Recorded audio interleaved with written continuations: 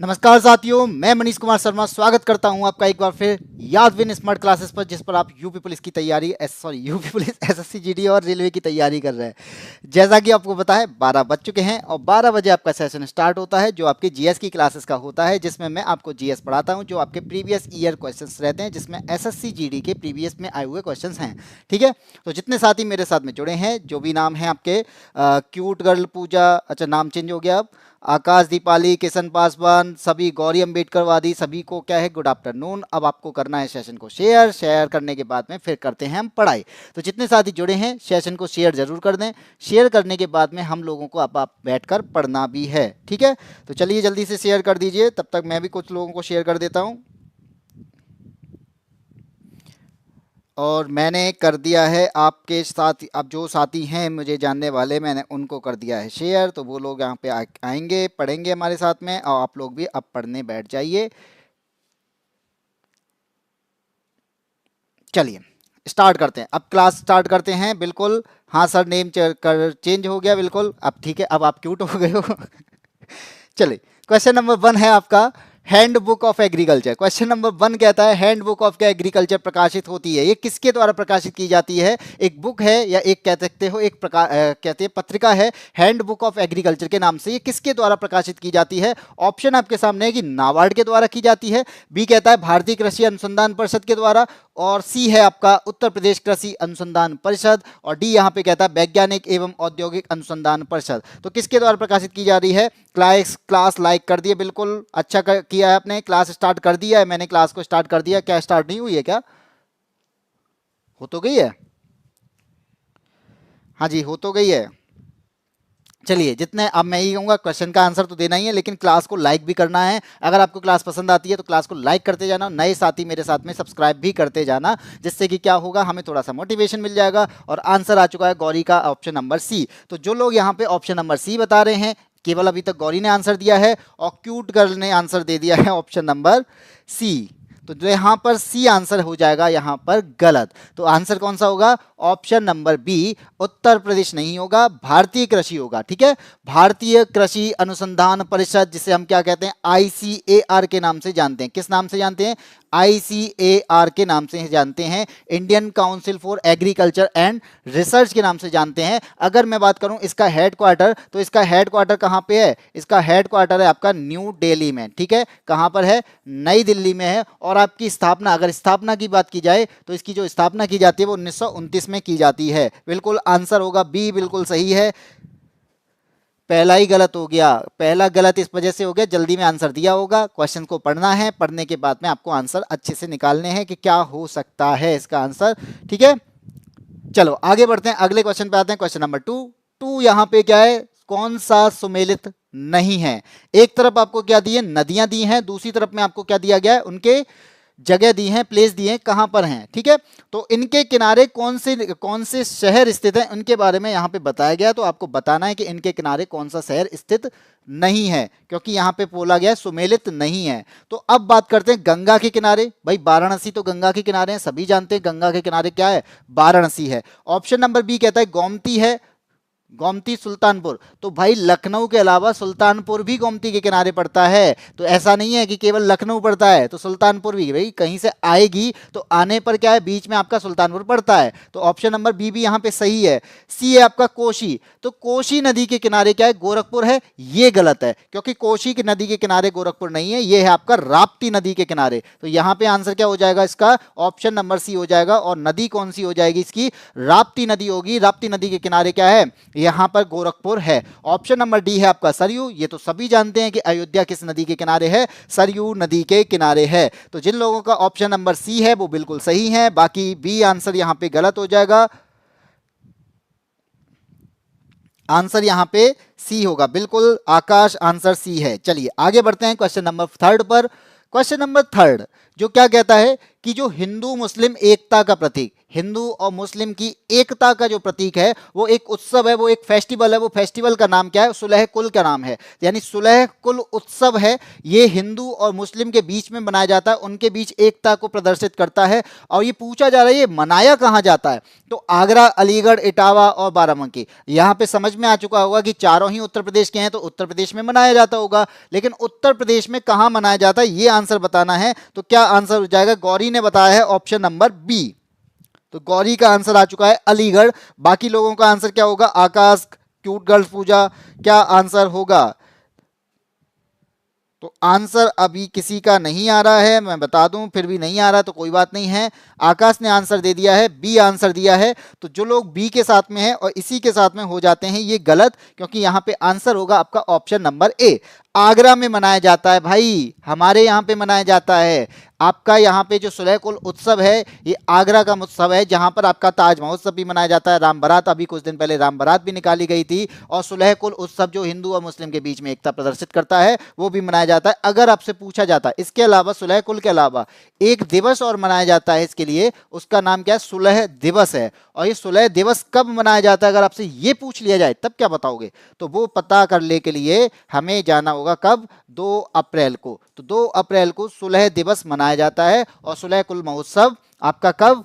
आगरा। ये कहाँ मनाया था? आगरा में। 2 गलत हो गए भाई। देखो अभी करते जाना, देखते रहना कि कौन से हमारे आंसर, कितने आंसर हमने दिए और कितने आंसर हमारे सही गए हैं, कितने आंसर गलत हैं। ठीक है, तो 2 गलत हो गए गौरी के। बाकी आगे बढ़ते हैं, क्वेश्चन नंबर 4 पर आते हैं। क्वेश्चन नंबर 4 क्या कहता है?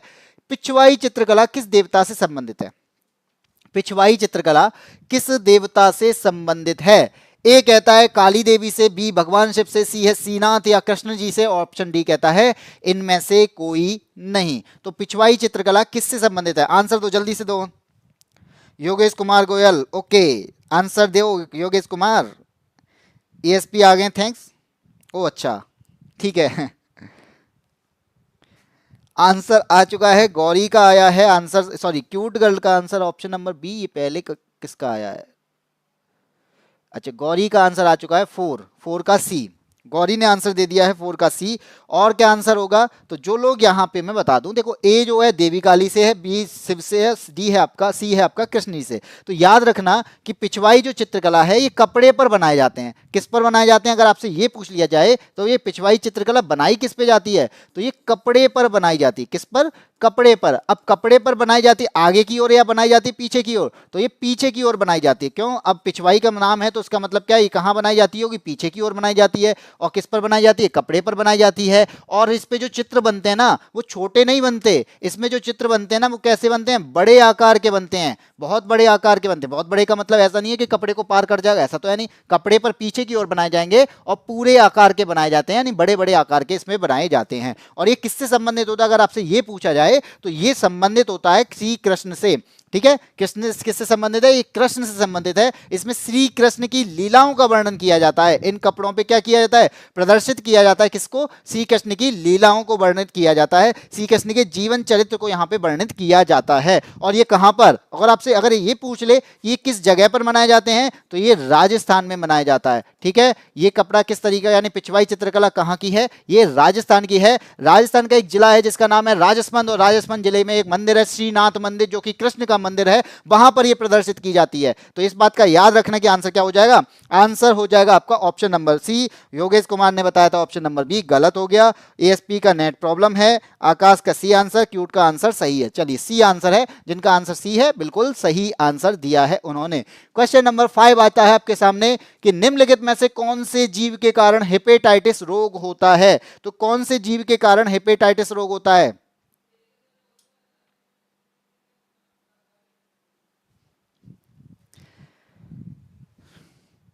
सी आंसर हाँ आ चुका है। देखो हेपेटाइटिस की बात करते हैं। ए कहता है आपका बैक्टीरिया के कारण है, बी कहता है भाई फंगस के कारण, सी है प्रोटोजोआ, डी है यहाँ पे वायरस। तो यहाँ पे याद रखना कि जो हेपेटाइटिस है ये आपस में आप वास्तव में है क्या? तो ये एक प्रकार का क्या है? ये वायरस है। ठीक है, हेपेटाइटिस क्या है? ये वायरस है। हेपेटाइटिस रोग जो होता है वायरस से होता है। अब वायरस कौन सा है ये याद रखने के लिए क्या करना पड़ेगा? हमें हेपेटाइटिस की स्पेलिंग का यूज करना पड़ेगा। वायरस कौन सा होगा? हेपा। कौन सा है ये? डीएनए या आरएनए है? तो डीएनए वायरस है। तो हेपा डीएनए वायरस की वजह से रोग कौन सा होता है? रोग होता है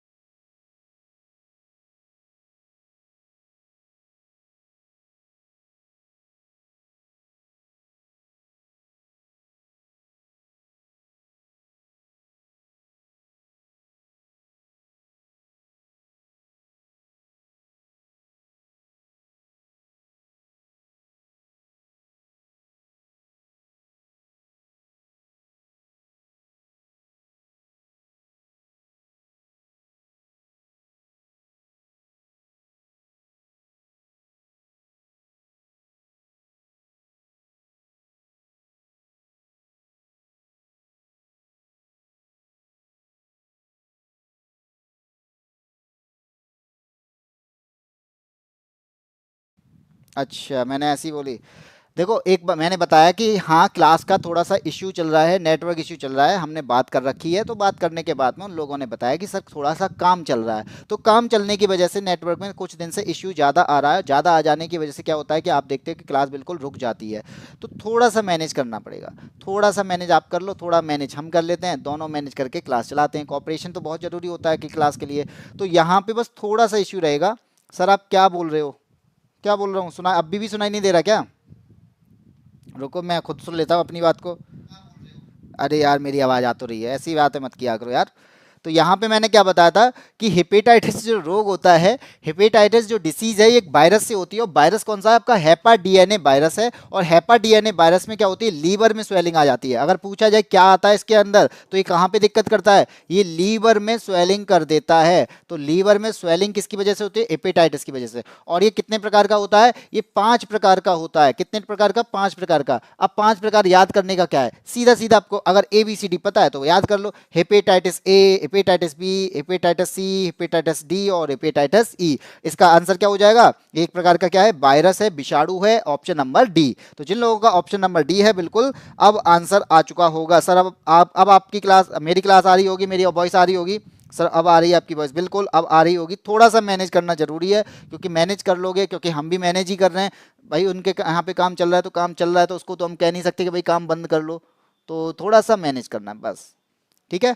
आगे बढ़ते हैं, अगले क्वेश्चन पर आते हैं। इसका आंसर मिल चुका है, क्वेश्चन नंबर 6 पे आते हैं। कालकोटरी त्रासदी के दौरान बंगाल का शासक कौन था? कालकोटरी त्रासदी जो हुई थी, कालकोटरी के नाम से जाने जाता है, black hole of the Kolkata के नाम से जाना जाता है। तो यहाँ पे किसके दौरान हुआ था, किस शासन के दौरान हुआ था? तो आपको पता है कि यहाँ पे जो मुगल साम्राज्य तो चल ही रहा था, लेकिन अंग्रेज जो थे, ब्रिटिशर्स जो थे, तो ब्रिटिशर्स को एक परमिशन मिल गई थी कि आप यहाँ पे टैक्स जो है आप एक बार में टैक्स दे दो, एनुअली 3,000 रुपए दे दो, आपके बाद में आपको यहाँ पे काम करने की अनुमति मिल जाएगी। ठीक है, आप जो भी करो। लेकिन ये क्या करते हैं, धीरे धीरे धीरे करके शासन व्यवस्था में टांगे अड़ाना स्टार्ट कर देते हैं। और ये क्या करते हैं, अपनी जो फैक्ट्रीज इनने बनाई थी, तो अंग्रेजों और फ्रांसीसी दोनों ने अपनी अपनी फैक्ट्री बनाई थी, तो दोनों ने क्या किया था, अपने अपने किले की बंदी कर ली थी, यानी किले बंदी करना स्टार्ट कर दिया था, अपनी फैक्ट्री की किले बंदी करना स्टार्ट कर दिया था। ये बात सिराजुद्दौला जो उस टाइम पे शासक थे, सिराजुद्दौला, तो नाम आंसर होगा आपका ऑप्शन नंबर 1, क्योंकि इनके नाम से ही तो मैं बता रहा हूं कि सिराजुद्दौला को ये चीजें पसंद नहीं आई। उन्होंने ऑर्डर दिया कि भाई ये किलेबंदी को रोका जाए। तो किलेबंदी रोकने के लिए क्या हुआ, नवाब जब संतुष्ट नहीं हो तो उन्होंने क्या कर दिया, आक्रमण कर दिया। भाई फ्रांसीसी ने तो रोक ली, लेकिन अंग्रेजों नहीं रोक पाए, या अंग्रेज नहीं रोकना चाहते थे, तो क्या किया, सिराजुद्दौला ने उन पर आक्रमण कर दिया। आक्रमण करने पर जो हॉलवेल था ना, हॉलवेल ने क्या किया, हॉलवेल ने सरेंडर कर दिया।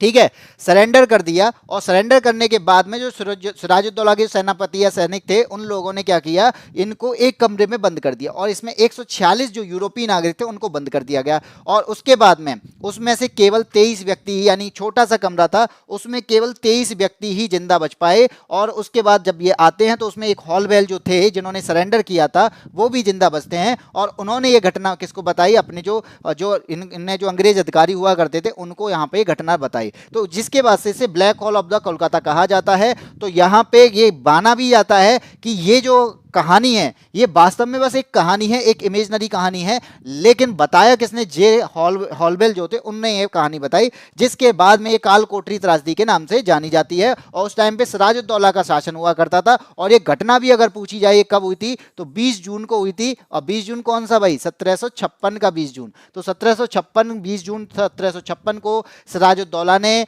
अंग्रेजों के जो शासक थे, अंग्रेजों के किलेबंदी को रोकने के लिए ऑर्डर दिया था, लेकिन अंग्रेज नहीं माने, आक्रमण किया। आक्रमण के बाद हॉलवेल ने सरेंडर कर दिया और अंग्रेजों को बंद कर दिया गया, जिसमें हॉलवेल भी शामिल थे। 146 लोग थे, 23 बाकी जितने भी थे मर गए, 23 बचे। 23 में से हॉलवेल थे। हॉलवेल ने अपनी कहानी सुनाई, कहानी के बाद में सिराजुद्दौला पे आक्रमण हो जाता है। ठीक है, आज कहाँ है सब स्टूडेंट, सर की क्लास स्टार्ट हो गई है। ए आंसर बिल्कुल सभी का आंसर ए आ चुका है। आगे बढ़ते हैं, आज थोड़ा बिजी होंगे भाई, नवमी आ चुकी है, नवमी आने वाली है, तो लोग अब बिजी होंगे, थोड़ा सा अपना व्रत तोड़ने में लगे होंगे आज तो। चलो आगे क्वेश्चन आता है, क्वेश्चन नंबर 7। इनमें से कौन सी रचना रविन्द्रनाथ टैगोर द्वारा गीतबद्ध नहीं की गई है? इनमें से कौन सी रचना रविन्द्रनाथ टैगोर द्वारा नहीं बनाई गई है, रचयित नहीं है, एक बताना है। आमार सोनार बांग्ला, एकला चलो रे, कदम कदम बढ़ाए जा, चित्त जेता भय शून्य। तो ये चार यहाँ पे दी गई हैं। तो इन चारों में से मुझे क्या बताना है कि जो इन्होंने नहीं बनाई है, जो इन्होंने रचाई नहीं, रचना नहीं कहते, रचयिता कहते, क्या कहते हैं, रचना, जो इन्होंने रचना नहीं की है। मुझे भी हिंदी क्लास लेनी पड़ेगी ऐसा लगता है। तो इसका आंसर क्या होगा कि इनमें से रविन्द्रनाथ टैगोर के द्वारा क्या क्या नहीं बनाया गया। भाई देखो, अमार सोनार बांग्ला ये क्या है, ये तो आपका रविन्द्रनाथ टैगोर के द्वारा ही बनाया गया है। और ये कहाँ का राष्ट्रगान है, ये बांग्लादेश का राष्ट्रगान है। और इनके द्वारा, बांग्लादेश का नहीं, ये भारत का भी राष्ट्रगान इनके द्वारा ही बनाया गया है। ठीक है, तो ये तो सही है। एकला चलो रे, ये भी किसके द्वारा है, रविन्द्रनाथ टैगोर के द्वारा है। बाकी का कदम कदम बढ़ाए जा और चित्त जेता भय शून्य है, इनमें से कदम कदम बढ़ाए जा जो है वो इनके द्वारा रचित नहीं है, ये आजाद हिंद फौज का गीत है। और अगर आपसे पूछा जाए किसके द्वारा है, तो याद रखना आजाद हिंद फौज का गीत है और बंशीधर शुक्ल के द्वारा इसे बनाया गया है। किसके द्वारा, बंशीधर शुक्ल के द्वारा।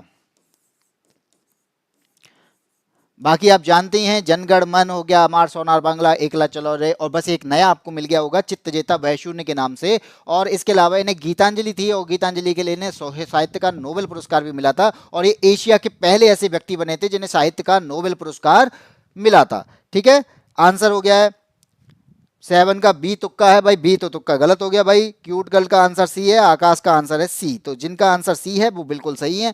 आगे बढ़ते हैं क्वेश्चन नंबर 8 पर। निम्नलिखित में से कौन सा क्षेत्रक प्राकृतिक वस्तुओं का उत्पादन करता है। कौन सा क्षेत्रक है जो प्राकृतिक वस्तुओं का उत्पादन करता है। देखो, ये बात आती है अर्थव्यवस्था की। तो अर्थव्यवस्था में हमारे यहाँ पे 3 सेक्टर हैं, ये आप जानते ही हैं। एक है आपका प्राइमरी सेक्टर, जिस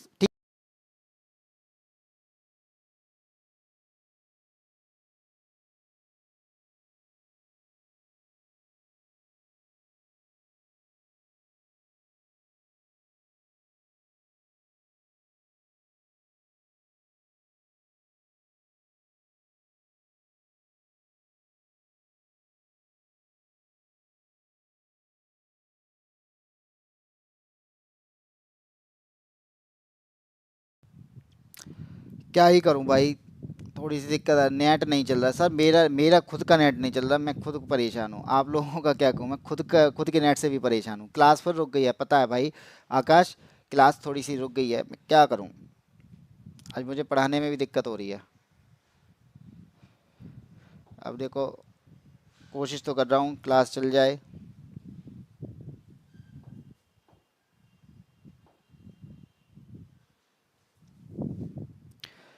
सर मेरा नेट नहीं चल रहा है भाई, मैं, मुझे लग रहा है मुझे ना रोना पड़े तुम लोगों की तरह कि मेरा भी नेट ना चल रहा।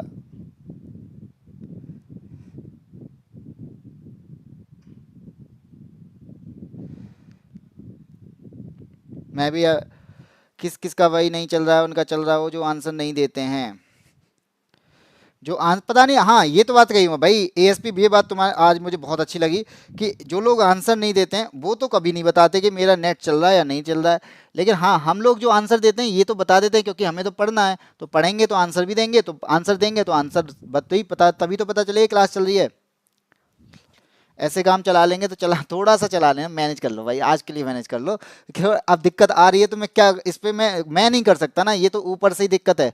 यहाँ पे बात आती है प्राइमरी, यानी इकोनॉमी के आपके 3 करेक्ट वो होते हैं, इकोनॉमिक्स के क्या है 3 सेक्टर होते हैं। ठीक है, प्राइमरी, सेकेंडरी, टर्सरी। अब इसमें जो आता है, इसमें जो नेचुरल चीजें होती हैं, यानी प्राकृतिक जो चीजें होती हैं, उन वस्तुओं का क्या होगा, उन वस्तुओं का उत्पादन होता है। जैसे आपकी कृषि होगी तो कृषि भी इसके अंदर आएगी, खनन जो होगा वो भी इसके अंदर आएगा। तो पहला प्राइमरी सेक्टर है वो इसके अंडर आएगा।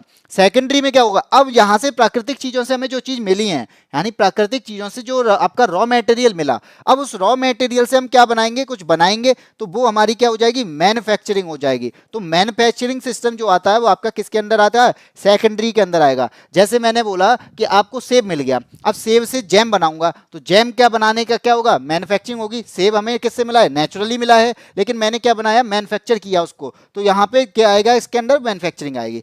अब वो जो है, जो मैंने जैम बनाया उसको बेचना भी है, तो बेचने के लिए मैंने क्या किया, सेल्स की टीम लगाई, एड लगाए, तो एडवर्टाइजमेंट किया, वो सब क्या है, वो आपकी सर्विस है। तो ये किस में आएगा, वो सर्विस सेक्टर में आएगा। ठीक है, तो यहाँ पे ये याद रखना कि यहाँ अगर आपसे पूछा जाए कि प्राकृतिक चीजें किस में आती हैं, तो आप इसमें आती हैं। मैन्युफैक्चरिंग के लिए आपका सेकेंडरी में आता है, और जो सर्विस दिया जाता है वो आपको टर्सरी में दिया जाता है। सर्विस सेक्टर का सबसे ज्यादा योगदान अभी है, तो भारत अभी जो है वो कौन सी इकोनॉमी है, वो टर्सरी वाली है, तृतीयक इकोनॉमी यानी तृतीयक अर्थव्यवस्था का सेक्टर है। तृतीयक सेक्टर कौन सा है? टर्सरी सेक्टर, जिसमें आपकी सर्विस सेक्टर आता है। और सर्विस सेक्टर में आपका जैसे परिवहन हो गया, ये जो आपकी सर्विस है ना, जो आपका नेट जो चला जा रहा है ना, ये भी आपका सर्विस का सेक्टर का ही पार्ट है। यानी अब मैं सर्विस इतनी घटिया हो गई है एयरटेल की, क्या ही कहूं मैं। इस टाइम नेट बहुत स्लो चल रहा है, कोई बात नहीं है, आप चल रहा है, थोड़ा सा देख लो, मैनेज कर लो। अब आगे बढ़ते हैं, मैं जल्दी जल्दी कराई देता हूं आज। निम्नलिखित में से कौन सा शास्त्रीय नृत्य है? तो इनमें से कौन सा शास्त्रीय नृत्य है हमें बताना है, तो जल्दी से बताइए। ए है आपका सत्रिया, बी है घुमुरा, सी है कर्मा और डी है पडायनी। तो इनमें से कौन सा शास्त्रीय नृत्य है? क्या आंसर होगा? आंसर बताइए। क्वेश्चन नंबर आ चुका है 9, और क्वेश्चन नंबर 9 का आंसर आपको बताना है। इस टाइम नेट बहुत स्लो चल रहा है, कोई बात नहीं है, अब चल रहा है तो चल रहा है। आंसर बताइए 9 का क्या हो जाएगा? 9 का आंसर होगा आपका यूपी पुलिस का आंसर आ चुका है 9 का ए। बाकी और लोगों का आंसर नहीं आया। ए आंसर यहाँ पे क्या है? सत्रिया। जो सत्रिया है, जो हमारे भारत में आपको पता होना चाहिए, शास्त्रीय नृत्य की अगर मैं बात करूं तो ये कितने हैं? ये 8 शास्त्रीय नृत्य हैं। कितने हैं? 8 शास्त्रीय नृत्य हैं। ठीक है, कौन कौन से हैं अगर आपसे ये भी पूछा जाए, चलो मैं बता ही देता हूं। भरतनाट्यम, कौन सा है? भरतनाट्यम है, कथक है, कथकली है। कितने हो गए? 3 हो गए। कथक हो गया, कथकली हो गया, ठीक है। कथकली के अलावा मणिपुरी हो गया, मणिपुरी के नाम से है। अब हम जाएंगे केरल की तरफ में, तो केरल में आपका मोहिनी अट्टम के नाम से है, तो मोहिनी अट्टम ये क्या है? ये भी आपका शास्त्रीय नृत्य है। अब मोहिनी अट्टम के अलावा भी आपके कितने और बचे? तो बचा एक आपका उड़ीसा, और एक और बचा, 1 2 3 4 5, तो छठवां हो गया आपका उड़ीसी, ठीक है। सातवां हो जाएगा आपका सत्रिया, जो कि आपका आंसर हो जाएगा इसका। एक बचा आपका छऊ। तो ये 8 नृत्य हैं आपके, नहीं, एक रह गया आपका छऊ, जो है वो 9वां है, लेकिन माना नहीं जाता। उसको अभी अभी इतनी कह सकते हैं मान्यता इतनी तरीके से नहीं मिली, तो इसका आंसर कुचिपुड़ी ये हो जाएगा। आंसर हो जाएगा ऑप्शन नंबर ए, सत्रिया इसका आंसर हो जाएगा। घुमरा, कर्मा, पडायनी ये आपके शास्त्रीय नृत्य नहीं है, ये लोक नृत्य है। घुमरा उड़ीसा का लोक नृत्य है, पडायनी केरल का पारंपरिक नृत्य है, और कर्मा जो है ये क्या है? एमपी, झारखंड, छत्तीसगढ़ का लोक नृत्य है। आंसर क्या हो जाएगा? आदित्य चौधरी आगे, भारत का सबसे नवीनतम है। A answer, A answer, A answer. जो लोग ए के साथ हैं बिल्कुल सही है। क्वेश्चन नंबर 10 आता है, भारत में पूरी तरह से जैविक कृषि अपनाने वाला प्रथम राज्य कौन सा है? तो भारत में जैविक कृषि यानी ऑर्गेनिक फार्मिंग की बात हो रही है। ऑर्गेनिक फार्मिंग जहां पे रासायनिक कीटनाशक जो होते हैं उनकी बिक्री पर प्रतिबंध लगाया जाए, जहां पर खाद जो यूज होती हो वो कैसी हो? ऑर्गेनिक हो, जहां पर कंपोस्ट खाद यूज होती हो, जहां पर बिल्कुल भी आपका कह सकते हैं ना कि जो हम खाद डालते हैं, यूरिया वगैरह डालते हैं, इनका यूज ना होता हो, वो कौन सा राज्य है? आपका ऑप्शन नंबर ए है सिक्किम, कर्नाटक, केरल और असम। तो आंसर क्या हो जाएगा? ये बात आपको बतानी है बिल्कुल। आदित्य आंसर बताओ क्या होगा? आ तो गए हो आदित्य चौधरी। एएसपी ने आंसर दे दिया 10 का सी, और एएसपी इसी के साथ में बिल्कुल गलत आंसर दिया है। आंसर हो जाएगा ऑप्शन नंबर ए। एएसपी भाई कहां ध्यान है तुम्हारा यार, कहां ध्यान है? आंसर आपका सिक्किम है। 100% ऑर्गेनिक वाला जो राज्य है ना वो सिक्किम ही है, ये बात याद रखना। आंसर मिल गया होगा क्यूट गर्ल ने, आदित्य चौधरी, आकाश, सबका आंसर आ चुका है ऑप्शन नंबर ए। आगे बढ़ते हैं क्वेश्चन नंबर 11, जल प्रदूषण की रोकथाम और नियंत्रण अधिनियम किस वर्ष लागू किया गया?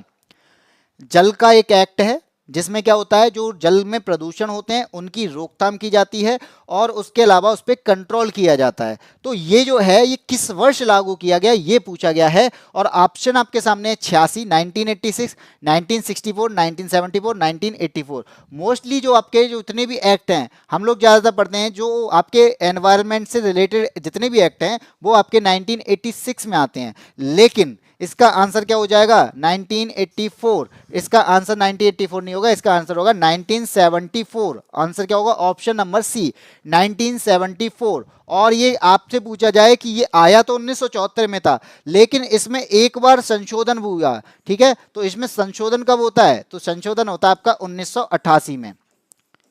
कब होता है? 1988 में इसमें संशोधन होता है, और 1974 में इसको बनाया जाता है। हाँ जी, अब आंसर आया है आदित्य चौधरी। सर मैं 84 और 74 में डाउट था, 84 और 74 में, ठीक है, तो डाउट खत्म हो गया होगा। 84 की जगह पे आप 74 कर लेना, 1974 सही है। 1988 अगर कहते तो मैं मान लेता, क्योंकि 98 में ये क्या हुआ था,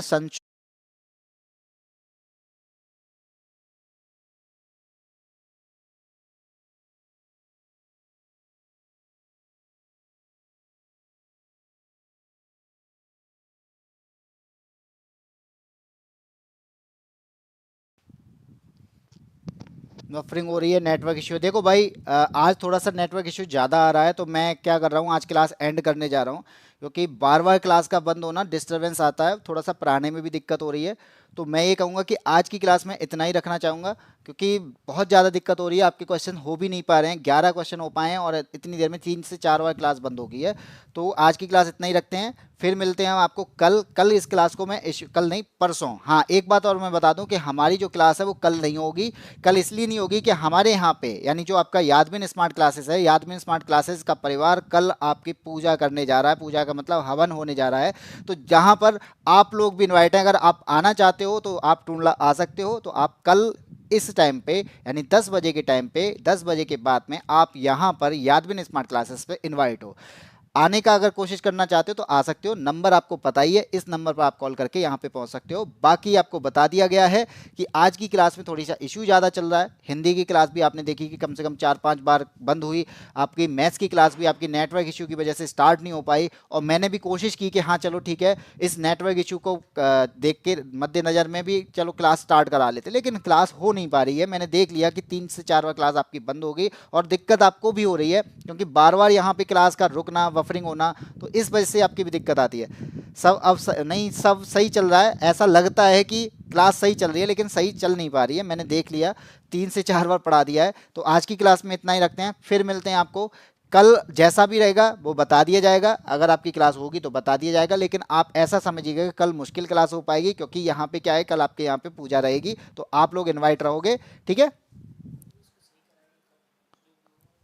ठीक है, और यहाँ पे कोशिश करेंगे कि जो नेटवर्क इशू चल रहा है, तो आपके यहाँ पे इस नेटवर्क इशू को भी रिजॉल्व किया जाए, जिससे कि चाहे भले ही कंपनी चेंज करनी पड़े, लेकिन आपका नेटवर्क इशू रिजॉल्व ज़रूर होगा। सर मैंने ट्राई कर लिया भाई, तीसरी बार ट्राई कर लिया है। अगर आप चाह रहे हो तो एक बार ट्राई करके कर सकता था, लेकिन आज मैं क्लास में इतना ही रखूंगा, क्योंकि मेरा खुद का दिमाग सही नहीं चल रहा है। चलिए ठीक है, तो आज की क्लास में इतना ही रखते हैं, तब तक के लिए जय हिंद, जय भारत।